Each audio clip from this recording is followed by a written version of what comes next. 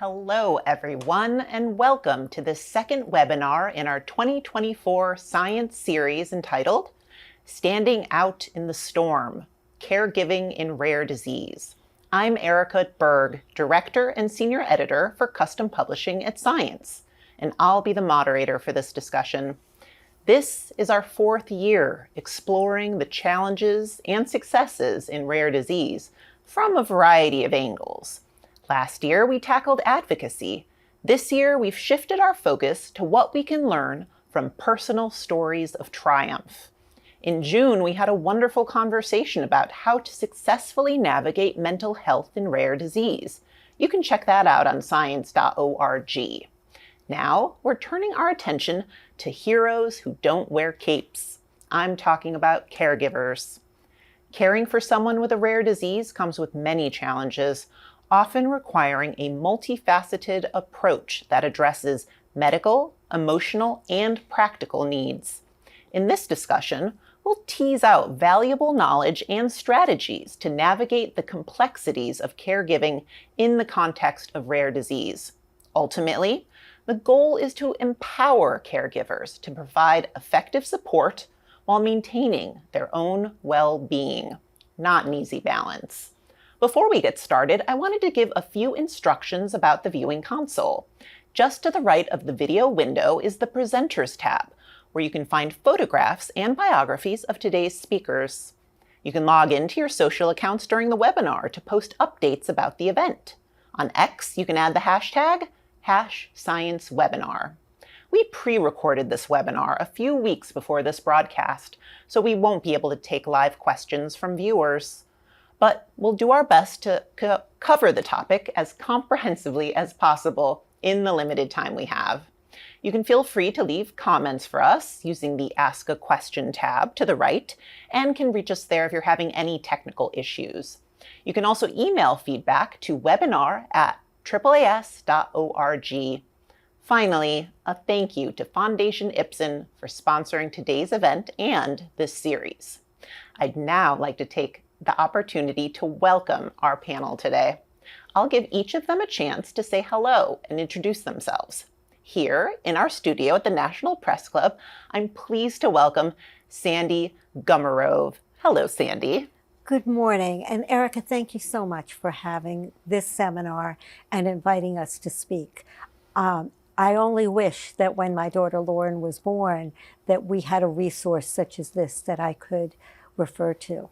I am the parent of an adult daughter with Sturge-Weber syndrome, which is a rare disease that had totally changed my life at her birth. I am now president of AHRC Nassau, which is an organization that provides services and supports to people with developmental and intellectual disabilities. And I am a special needs lawyer. I work with individuals and families who have special needs. It's my way of giving back for the assistance that we received when Lauren was younger. Great, thank you so much. Joining us remotely from Canada, we have Danielle Rice. Hello, Danielle. Hi, thank you so much for having me. I really appreciate being able to speak here today with lived experience experts, Sandy and Richard. I'm a clinical and health psychologist at St. Joseph's Healthcare in Hamilton, an academic hospital in Ontario, Canada, and I'm an assistant professor at McMaster University. I've been involved in conducting research about caregiving for several years now. I've focused on caregivers with a rare disease, both rare diseases broadly, as well as a specific rare disease called scleroderma. I also work with patients and caregivers that are involved in the rare disease community by providing therapy to them and hopefully help navigate the challenges that can come with this experience. Again, really excited to be here today, and thank you so much for having me. Thanks, Danielle. And finally, a warm welcome to Richard Polin III, joining us all the way from Bangkok. Many thanks for joining us, Rich. Thank you, and the pleasure is all mine. So I like to say by day, I am a middle school principal. In the evening, my wife and I, we created a nonprofit called Teach Rare. So we do that pretty much in our evenings and our days off. And, as educators, we get the summer break. So there's a lot of work that we can do with Teach Rare, working with parents, working with organizations and schools, doing work with governments around the world to create awareness or to advocate for therapeutics to be approved and further research. And then most importantly is that we are proud parents of a beautiful 6-year-old daughter. She has an ultra rare disease called AADC deficiency, and Rylan keeps us busy as well. Great. Thanks so much, Rich. And you'll be getting our first question today. So we're going to be starting at the beginning. So simply getting a diagnosis for a rare disease can be a winding and difficult journey, one that can take a toll on the caregiver. Rich, can you tell us about your diagnostic journey and how that impacted you and your family? So when my daughter was born, she was born completely healthy. There was no signs before her birth, after her birth, that anything was amiss. We were proud parents. We were showing her off. We were traveling because, as international educators, we're overseas, so our family's located around the world. So we made the trip to show off our newborn daughter, and everything was great. And we were getting settled into our new location in Singapore. And about 3 months in, we began seeing some signs that were alarming. And initially, we had dismissed them because just new parent jitters, it's just us being overly cautious or, just being worried parents. And so we dismissed it for a little bit. But these symptoms, what started out as her eyes crossing, her limbs kind of tensing, was becoming more alarming. And I initially attributed it to me as a father because she was missing a little bit of milestones, just not grabbing out, not doing tummy time, nothing too concerning. But I was like, oh, I'm going to be doing, some exercises with her, and I'm going to be pushing her along. And I thought, okay, this is me just pushing her too much. But they grew in severity, and it looked like a seizure to us at that time. And so we just had to go to the ER. And the doctors there, they said, oh, you should have come to us sooner because this is a seizure. And, seizure can lead to brain damage or even death. And so I was a little bit, sad at myself, disappointed with myself that I didn't act sooner. But we began with epilepsy, and they gave us medication. And this medication just left her literally like a sack of potatoes. And, it just didn't feel right to us. And the diagnosis didn't sit right with us. And so we had visited other doctors and basically went through this hopping routine of visiting doctors. Each time the doctors gave us different diagnosis, CP, others just didn't know and just said, it's undiagnosed. And so we obviously want an answer. And so we go through this process of putting our daughter through blood tests, EEGs, putting her in machines, genetic testing. And each time it's coming back inconclusive or just no results. And obviously we want to get answers. So one side of me is saying, okay, we got to push to get more tests. But then the other side, as a parent, I don't want to subject my daughter to this. And for what? To find out that we don't know. Later, I learned that that's part of the diagnostic journey, is what you said, and not knowing or ruling out certain diseases or symptoms is part of that diagnostic journey. And so we'd hopped around, but no doctors actually gave us the answer. We were just very lucky that a Facebook post that came up in the feed of my wife's brother showed up in his feed, and he's just like, this seems like what your daughter has, Riley Ann has. And I went through the video, and I had seen the term AADC deficiency, and so automatically I began doing my research. And from what I read through that research paper, I knew at that moment that that's what she had. And so I'm going through these research papers, and I find out about a clinical trial and the author of the paper. There's no indication that if the drug was approved or if there's still clinical trials. All I knew was the author of these papers from years previous. And so we had looked up the doctor's name, found out where he worked. He worked in Taiwan, so we had to get an appointment with the doctor. We got that appointment. And then a week later, on Christmas Day in 2018, we flew to meet that doctor. And obviously, the doctor, the team there was just completely surprised that here are these people showing up saying that their daughter has this ultra rare disease. It affects around 130 people worldwide since 1990. that number's changing because of improved diagnostic testing. But at that time, they're just so surprised to see us there. And what was very interesting was the doctor who was experienced with this rare disease just did a visual examination, listened to us, and through that appointment was able to very conclusively say, yes, I do believe she does have AADC deficiency. We'll do the test to confirm it. And so we were able to get that confirmation shortly thereafter. But, it sticks in my mind that, we did all these battery of tests. And then here was this doctor who just did a visual examination, was able to confirm what we had learned through a Facebook post. So that was a total of 8 months from the time our daughter was born for us to get that diagnosis. And maybe people are aware that normally the diagnostic journey for parents is about 4 years. Many go much longer than that. Many never get a diagnosis. So we were very fortunate to luckily figure this out and through our determination as parents, to research and figure out that our daughter had this rare disease. Wow, that is quite an odyssey. Sandy, what can you share about your experience? So I was just going to say, Lauren, at the time of Lauren's birth, the doctors diagnosed her. The birthmark being most of her face and above her eyes is an indication of Sturge-Weber syndrome. And they kept us in the hospital for several extra days to do baseline testing, EEGs, EKGs. She actually has a scar on her foot from the cut down for the anesthesia to this day. And they told us all the risks. My journey was a little different. I had difficulty asking if she was going to live. They did not give us any indication of whether or not her lifespan would be impacted. But they said that Lauren could have seizures, she could have bilateral glaucoma, she could have calcium deposits in her brain that would affect her future functioning. And so the first 6 months of her life, I kind of stood over the crib watching. We were like watching and waiting. Lauren had her first grand mal seizure at 6 months. And at the same time, they discovered glaucoma. If anyone knows anything about glaucoma, your normal eye pressure is around 10. They discovered at 6 months that her eye pressures were 40 in both eyes, and they needed to do emergency surgery. So this all happened at once.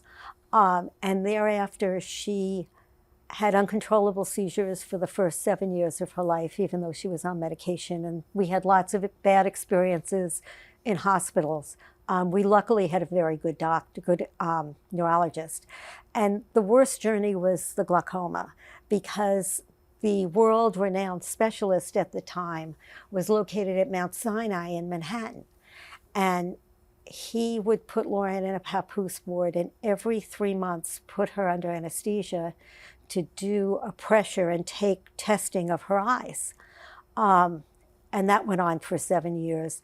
And then he gave up. He turned to us and he said, threw his hands up. I'll never forget it. Threw his hands up and said, well, there's nothing more I can do for her. I don't think there's anybody else in the world that can do anything for her. But here's the name of 2 doctors, one in Boston and one in California. Maybe they can help. And washed his hands of her. And it was the best thing that ever happened to us because he saw eyes. I mean, one thing we learn as parents of children with varying conditions is different doctors see different parts of the body, but they don't see the person. And we went to Dr. David Walton, who was one of the recommended people who taught at Harvard in Boston, and he saw eyes. He refused to put her under anesthesia. Jeff would hold Lauren while he did the exams, and he said, eventually she'll let me do it, and that was true, but he never put her under anesthesia other than to do surgery. And he saw her as a child. And so if she were going to camp and she needed surgery, he would time everything so she could go to camp because it was important for her to have some happiness and non-medical time. And he showed us that doctors can be compassionate, caring, and see people. And us as parents. He was always very supportive of us. So my journey was a little different, but it took us years to be able to find medical care that could help her. We actually had, there is a Sturge Weber Foundation, and I did take Lauren so that she would, it was important for me that she see there were other people like her, because she never saw other people like her. But one of the neurologists looked at her CAT scan, and Sturge Weber usually only affects one side of the body and one side of the brain. We're lucky. The birthmark covers both sides of her head, and she has calcium deposits in both sides of her brain, and the glaucoma is bilateral, so she's legally blind. But I have to tell you, and Rich, I say to you, Lauren is the happiest person I've ever met. She has managed to find ways to address the way people treat her, and she just lets it flow right over her head. And I look at her and it's just like, I don't know where you came from. So, you know, she still has issues and risks, most of which is her eyes. Her seizures are under control. But my journey was a little different, but we still had that searching to do. Wow. And Danielle, in your research, you know, we've heard two very different sort of stories and journeys, and I'm sure every single caregiver out there has their own unique experience. But in your research, what have you learned about the impact of getting a diagnosis on caregivers and their family? And is there a way to mitigate any negative impact of that diagnosis? Sure. Thank you. Thank you both, Richard and Sandy, for sharing that experience. I mean, your experiences are, as was said, unique, but some underlying themes I think are a little bit similar that align with rare disease research for caregivers that suggest part of the role that caregivers end up taking on is the role of a scientist, the role of a care coordinator, and the role of an advocate. And these are three large roles to take on while also parenting a child with unknown condition. And it's a role that people don't receive education for. So I think that's a theme that I heard a little bit through both experiences, and that really aligns with what research has shown as well. Often when people are receiving a diagnosis for a rare disease, the caregivers actually experience a little bit of relief. That is not without the negative emotions that come: worry, stress, feeling overwhelmed, lots of concern. But there's often a sense of relief that these symptoms have been connected with a label, a little bit of the validation that I found it, or a doctor has found it even after trying these various different routes to receive a diagnosis. The other small bit I'll mention about what research is that this time of trying to determine a diagnosis is a really impactful and critical time for caregivers to those with a rare disease. In a fairly large study of caregivers to those with a rare disease called scleroderma, we asked caregivers if you could have any resource, any support system, you know, pie in the sky, don't worry about money, what would you want? We said things like free individual therapy, free group therapy, someone coming to your house for respite care. We tried to put it all on the table. And caregivers said what they wanted was when their loved one is newly diagnosed, they want an online, reputable source of information about that condition. And I think that really could certainly mitigate some of these challenges. But I think it also speaks to the practical nature of some of what caregivers end up taking on. So yes, there are emotional challenges, but what they want is that information. At least that's what's been found in this research. You know, that's a very interesting point. I found that having a child with a rare disease, or really probably any disability, it's very isolating. Because, you know, I'm well educated, I'm a lawyer, I know how to work the system, I know how to do research, and I felt very alone and didn't know where to turn. Even though I had good doctors, etc. If I had somewhere to talk to people or not feel so isolated, I think that would have helped. I also think that we as parents we want the best for our children, but we also go through a period of grieving.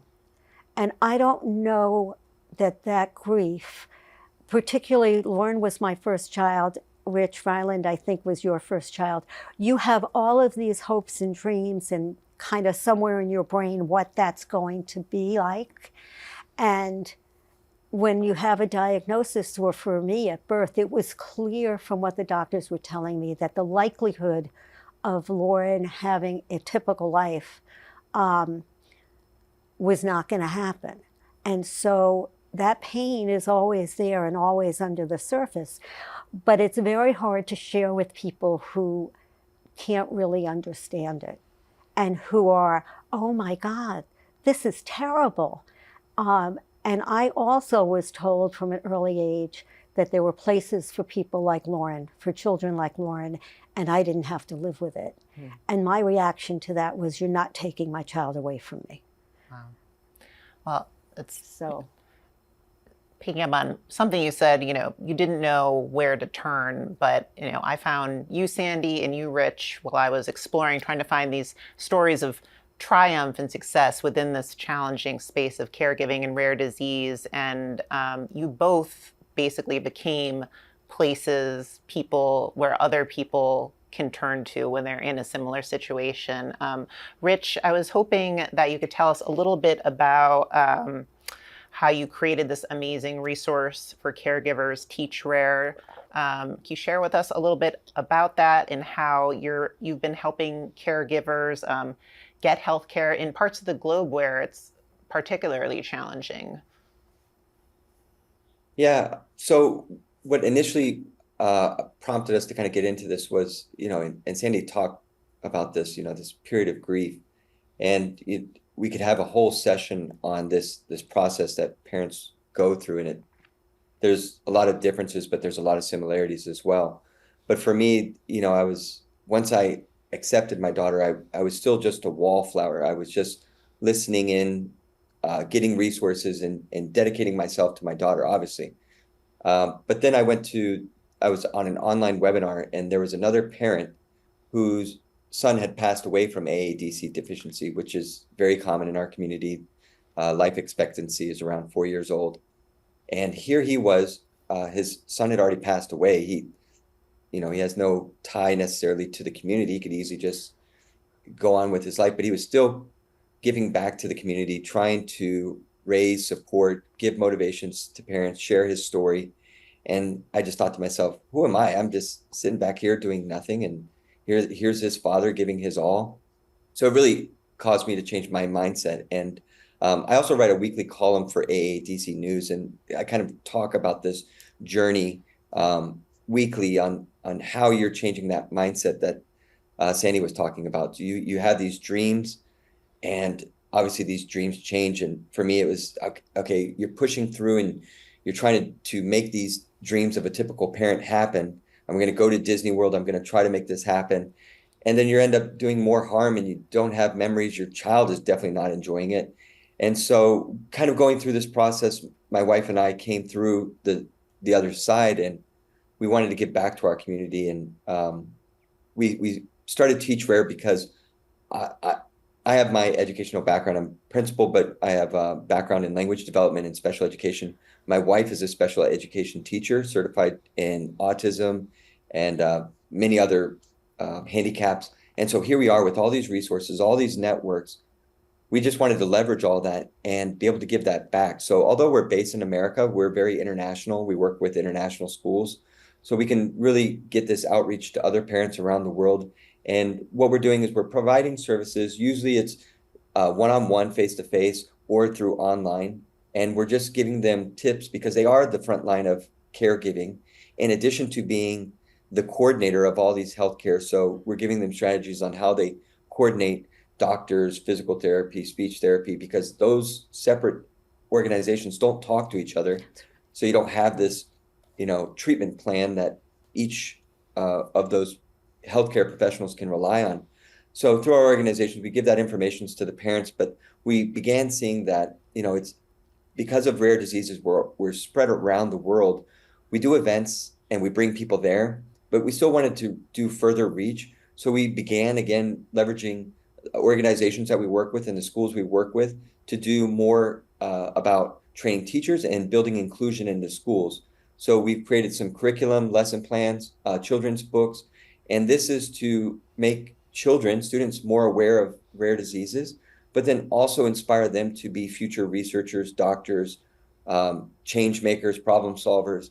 And so our organization is also working with the schools and the organizations to make a broader impact. And it's just been fulfilling for us. And, I think when you go through that process that Sandy was talking about, that she went through and that many of the rare disease parents go through, when you go through that process of acceptance and then actually becoming involved in your community, you begin to seeing more meaningful memories happening in your family. More results for us were happening because we were collaborating with more people. You can do things on your own, but when you collaborate, more things happen. And so not only were we making meaningful memories, but our daughter was benefiting from those collaborations as well by making some progress or by having a more meaningful life. Oh, it's incredible, incredible work, Sandy. And I know you are doing some incredible things too. Well, thank you. In my life, Lauren's father left when she was 6 months old, and I was a single parent until she was 7. And when I remarried, I said to, and my husband adopted Lauren. I mean, Jeff is a wonderful human being. I said to him that I wanted to be home with my kids. We decided to have another child, and I was general counsel to a commercial finance company. So I was on that, U.S. corporate ladder. And I quit my job and I decided to open a law practice.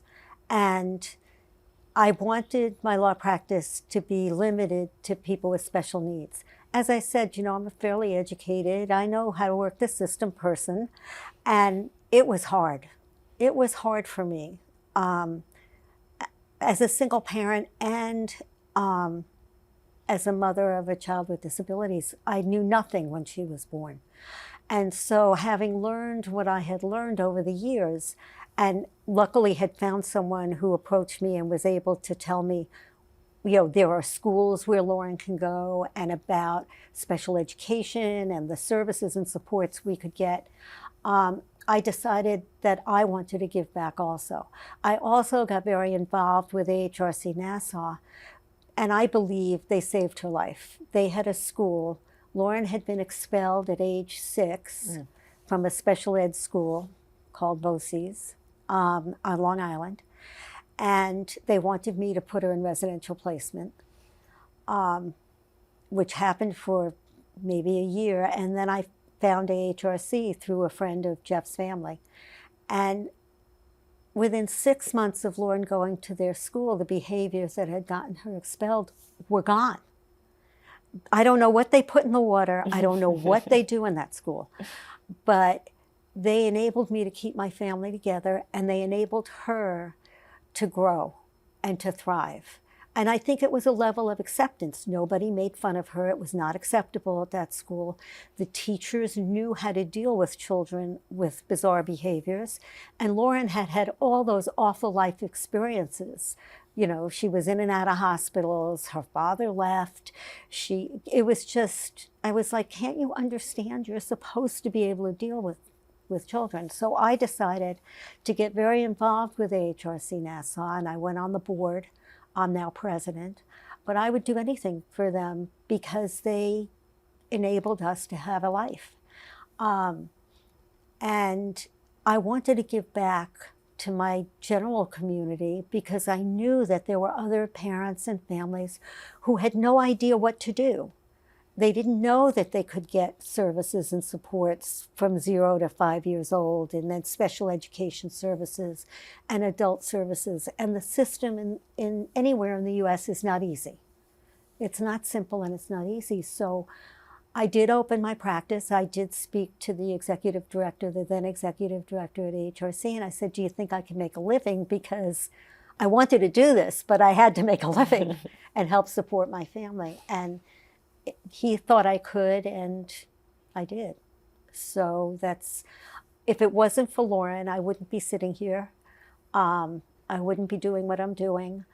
And I have this wonderful, amazing child who has two amazing siblings, who's taught us about how to navigate the world, even when you're different.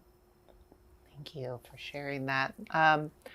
So we've heard about there are health issues, or finding the right health care is a challenge when you're a caregiver with rare disease.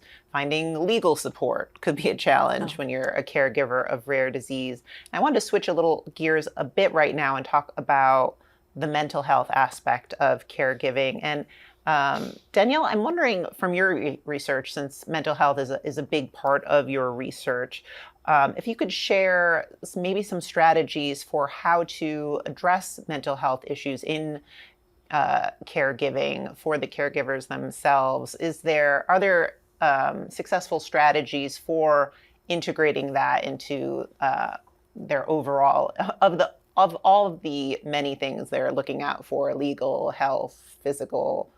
How do they take care of their emotional needs?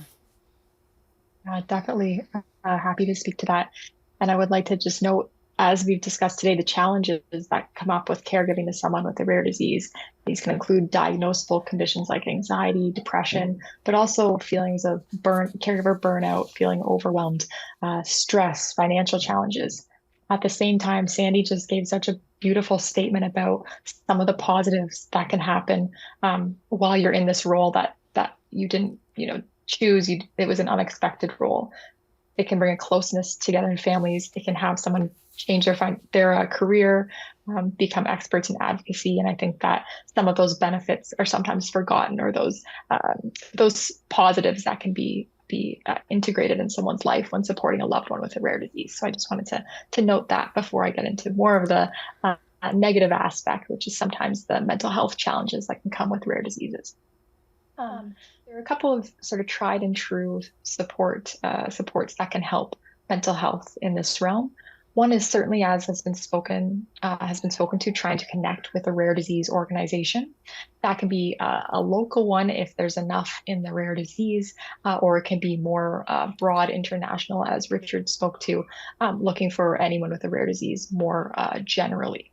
So those types of support systems are really hugely beneficial. That's been shown for peer support groups as well for caregivers. That can be a great way to connect with others for emotional and practical supports. Further, a couple of strategies that are quite common to help the mental health of caregivers is something with a name called behavioral activation, which is just a fancy way of saying trying to take time for yourself, which is, I think, one of the biggest challenges. So we can break this up into sort of small, medium, and large ticket items. So a small behavioral activation could be something like, can you sit on the porch and drink a cup of coffee? Are you during a nap time, perhaps? Could we then work up to going to a coffee shop for 15 minutes and then returning back, all the way to, okay, a large ticket item in this realm may be something like going to grab lunch with a friend for an hour. So this type of focus on yourself is needed to sort of fill the cup up, but it has to be tailored to what's feasible when supporting a loved one with a rare disease. And this is going to be different based on everyone's situation, but trying to really write out your small, medium, and large ticket items, trying to plan a few, even one a week, can be hugely beneficial. The second approach that has some really good research support behind it is self-compassion. Also a name that doesn't need to be as fancy as it is. It's the idea of trying to be kind to ourselves. So I don't want to put Richard on the spot, but he shared something that a lot of caregivers will share, which is that there's some self-blame, or could I have done something different? Is there a different way I could have done something to change the outcome of my loved one's experience? And self-compassion is that internal dialogue that's saying, I'm going to make mistakes just as everyone does. That doesn't make me any less of a individual. That doesn't make me any less of a parent, a caregiver, or a loved one. It's really trying to change that self-critical voice that often we all have, that can be amplified when trying to navigate a really challenging system, and trying to make it a little more soft, compassionate, and bringing that same voice we'd say to a best friend to ourselves. my best friend came and said, "Hey, I think I'm a terrible parent because my child got diagnosed with this disease." What would I say to them? And then can I bring that same voice to myself? So those are just a couple of, I'd say, somewhat feasible things to try and implement where possible to address some of those mental health challenges that can come up.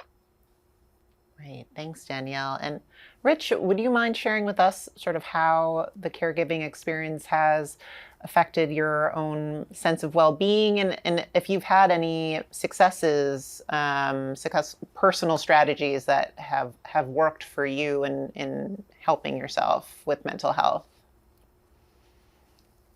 In the beginning, when we're going through this process, we're trying to get a diagnosis, we shut off all communication with friends. So we went from posting all these photos of our newborn baby to just cutting off social media, cutting off our ties with our friends. We didn't go out, and if we did go out, it was just the three of us. And so we were very isolated by choice. But we're going through this process. What we didn't realize is we're burning ourselves out, as Daniela had said. We're just trying to take on all this stuff, and so we're burning ourselves out. But then there's obviously this grief, this disappointment, all the other emotions that go through it, and we didn't even realize that we were going through depression. And so it kind of caught us off guard. And luckily, I had my wife Judy with me, and we kind of just put both of ourselves in check and just said, "Hey, let's take a more systematic approach at this." And so what we did is exactly what Daniela was saying, was that we gave time for ourselves. And for me, it was high intensity workout. So high intensity workout is basically focused on 30 to 45 minutes of getting your exercise in and getting back. And so for me, I wanted to make sure I had my exercise, burn off my stress, but I didn't want it to consume too much time. I can't go out and play golf anymore. It's not feasible. That doesn't work into our schedule. And so just making that slight change really worked for me. And then making sure that I give that time to my wife and make sure that she has her time. And for her, she likes doing massages and pampering, like facial massages and things like that. It's simple things, but you come back rejuvenated and fresh, and you feel more motivated. And during those times of where she's just sitting and relaxing, she's coming up with more ideas, and she comes home with these great ideas. So for us, it was kind of doing what worked for us in our schedule and making sure that it was something that was aligned with what we were doing before the diagnosis that still made us happy. It was just a little bit different. And really quickly, things changed for us. And when you don't try to take on too much and you don't burn yourself out, when you step away from trying to have this mentality of, I'm going to give 110%, you actually end up doing more for your family. You have a more meaningful journey together. And for us, we were able to provide better care for our daughter because we weren't burnt out, we weren't stressed. I had a lot more patience with my daughter, and I had a lot more energy. So I think for us, those were just giving ourselves that time really made a huge impact on our life. Great. Sandy, same question for you. Well, I wasn't as smart as Rich. I was, as a single parent who had to work because I had to support us, I was burning out. I couldn't imagine when Lauren was little that anyone could take care of her as well as I could when I could, and also the guilt of working, 8 or 10 hours a day and leaving her with caregivers.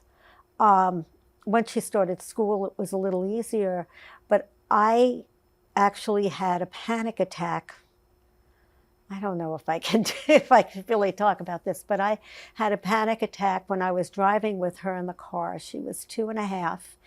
And I remember thinking, I don't know how we can survive.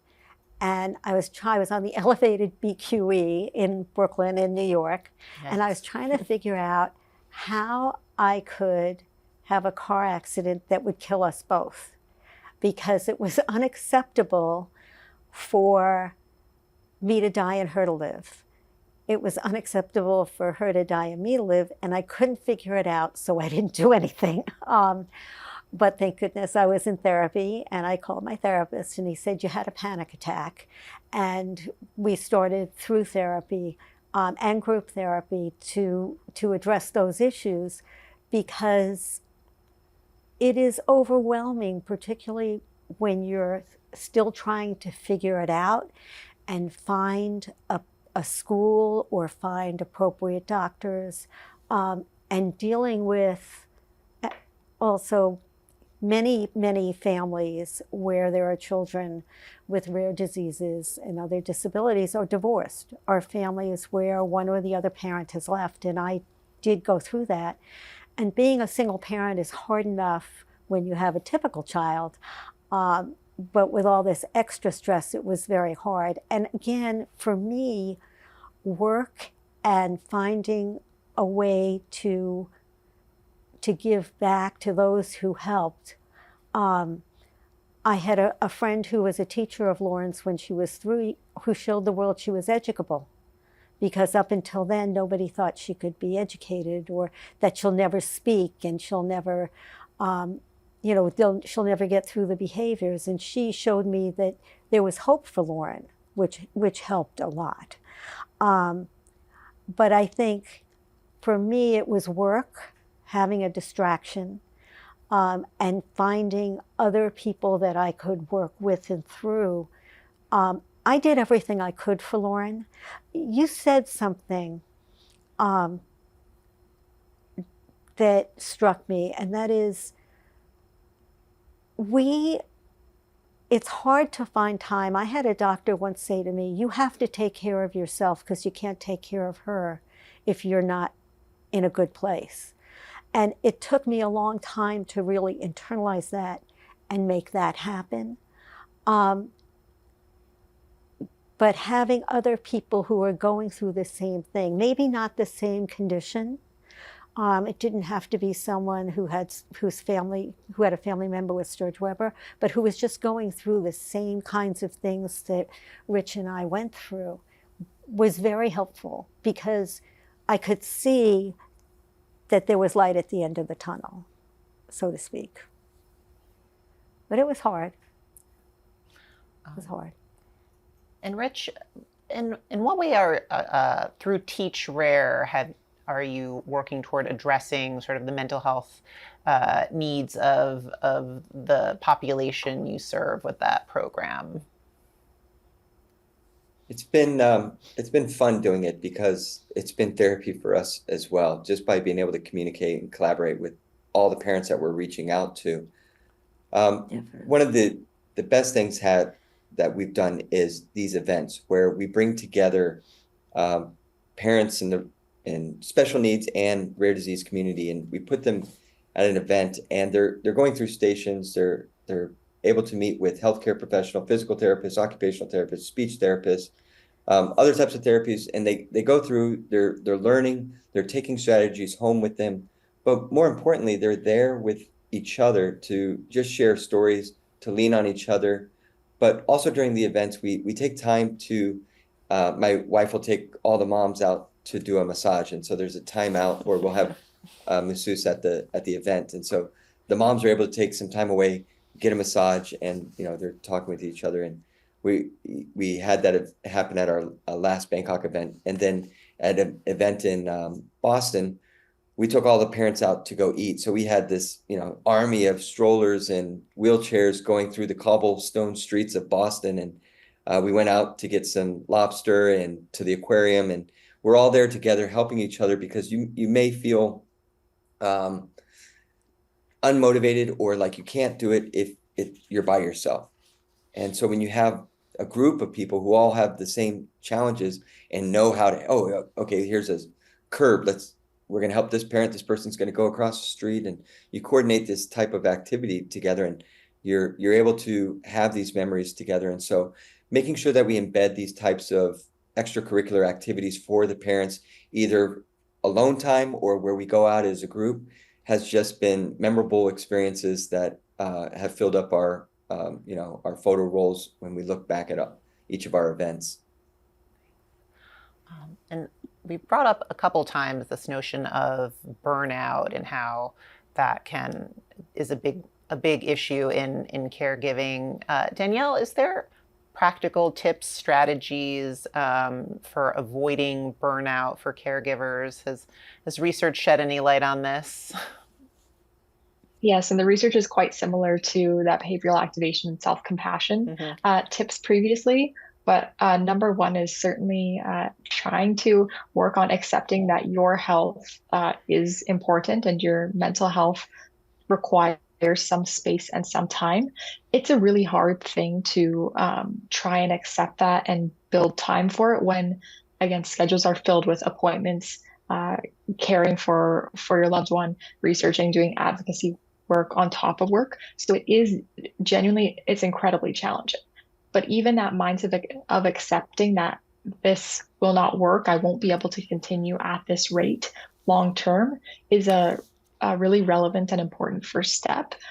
Sometimes a way to sort of try and work towards that acceptance is with the rationale that for me to be able to care for my loved one, I need to be at some sort of baseline level of health and mental health. So sometimes that can help drive that acceptance piece.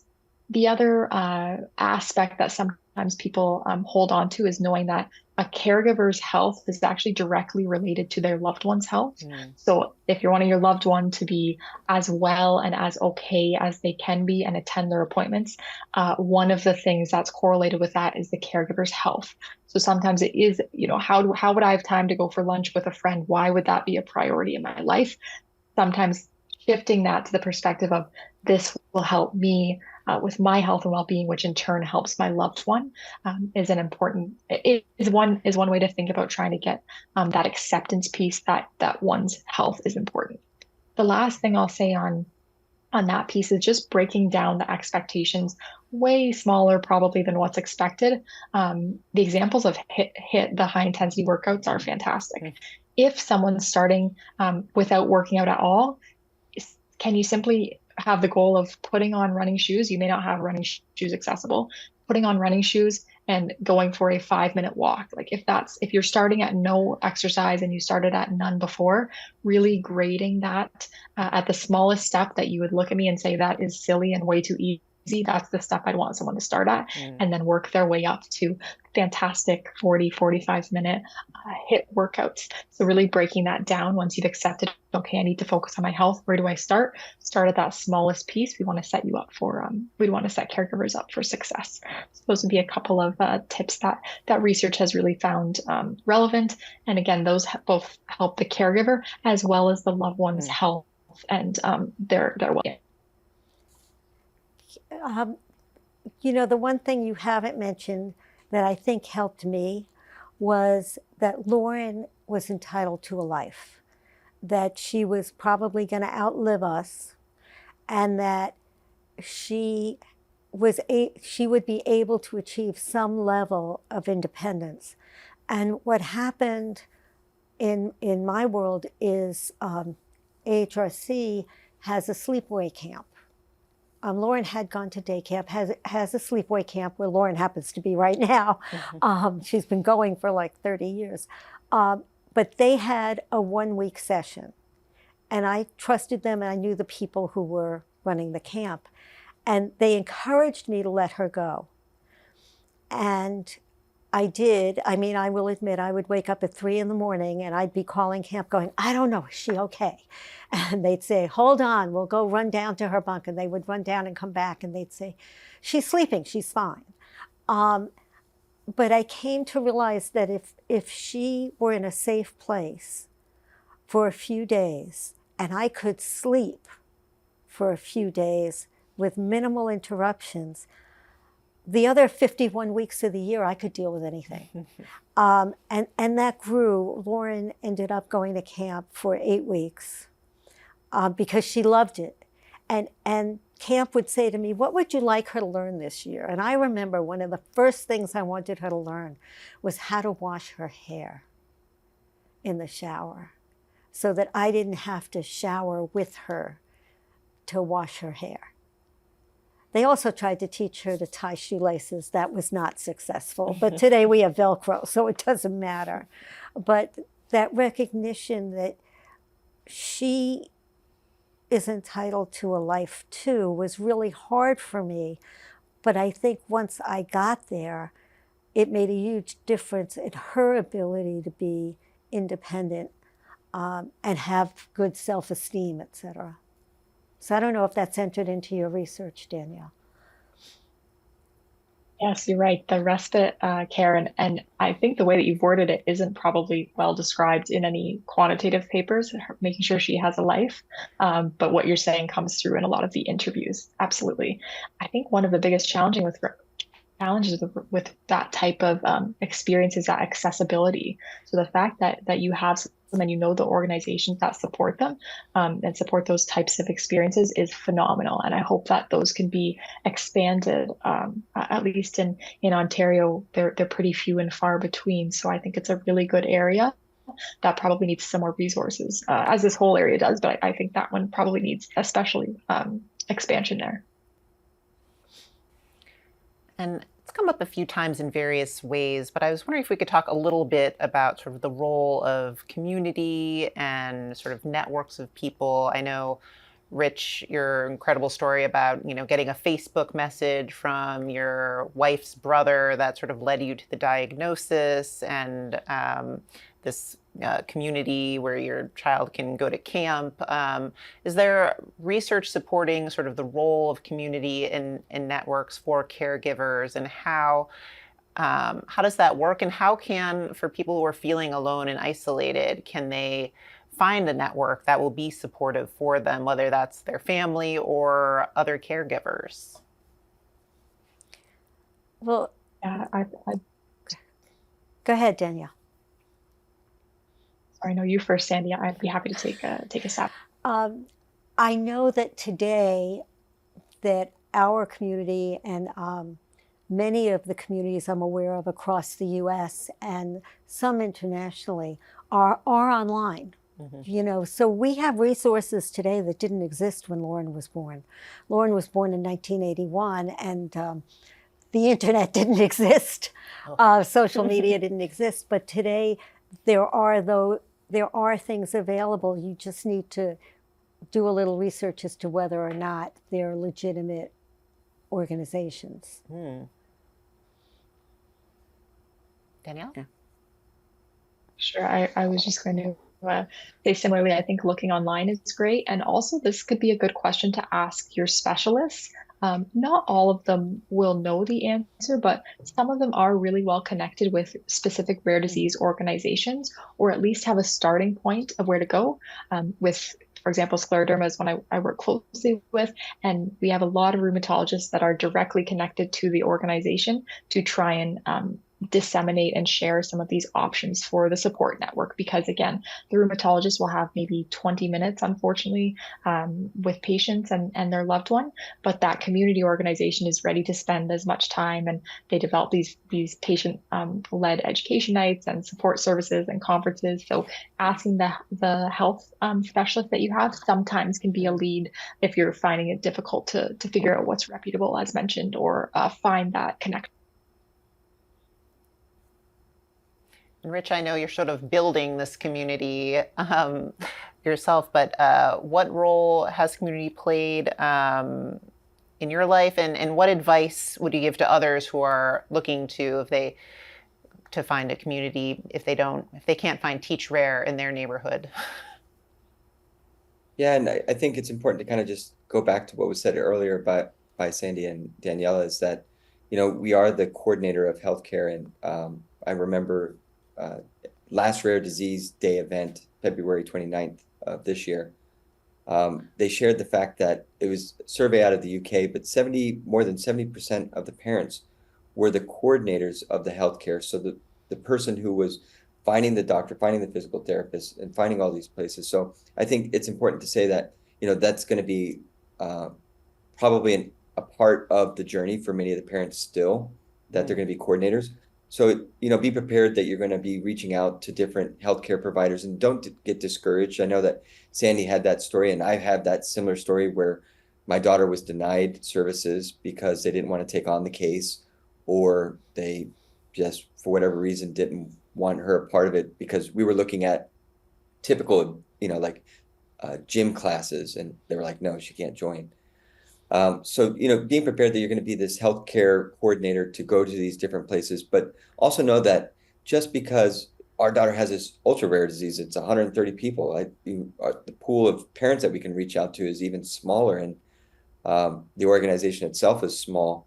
So reaching out to other organizations that have similar symptoms. So for us, we connected with CP epilepsy groups, and they're much larger. They have great funding, and they accepted us with open arms. So just because you don't fit that label, if you find another group that's nearby that has similar symptoms, or just another group where there's parents going through challenges, I think you should definitely reach out to them and find out what resources are available to them, and continue that, reaching out to different organizations. You don't have to stay with one organization because, that's the first one you found.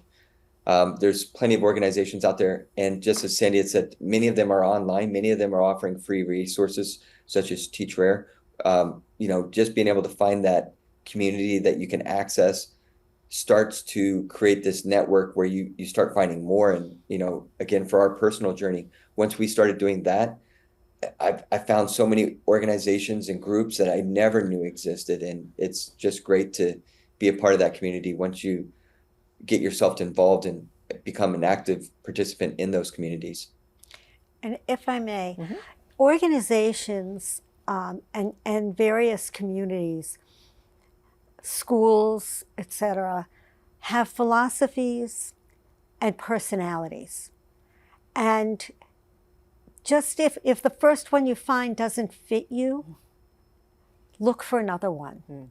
I say this to people all the time. HRC Nassau worked for my family. It worked for me. And on Long Island, we have lots of organizations, so there's lots of choice. But it didn't work for all my clients. And so I think you need to find a place where you're also comfortable and your child is comfortable. Your loved one is comfortable. But don't give up, because they're there. They're there, and you just have to find the one that fits you, because it's two ways.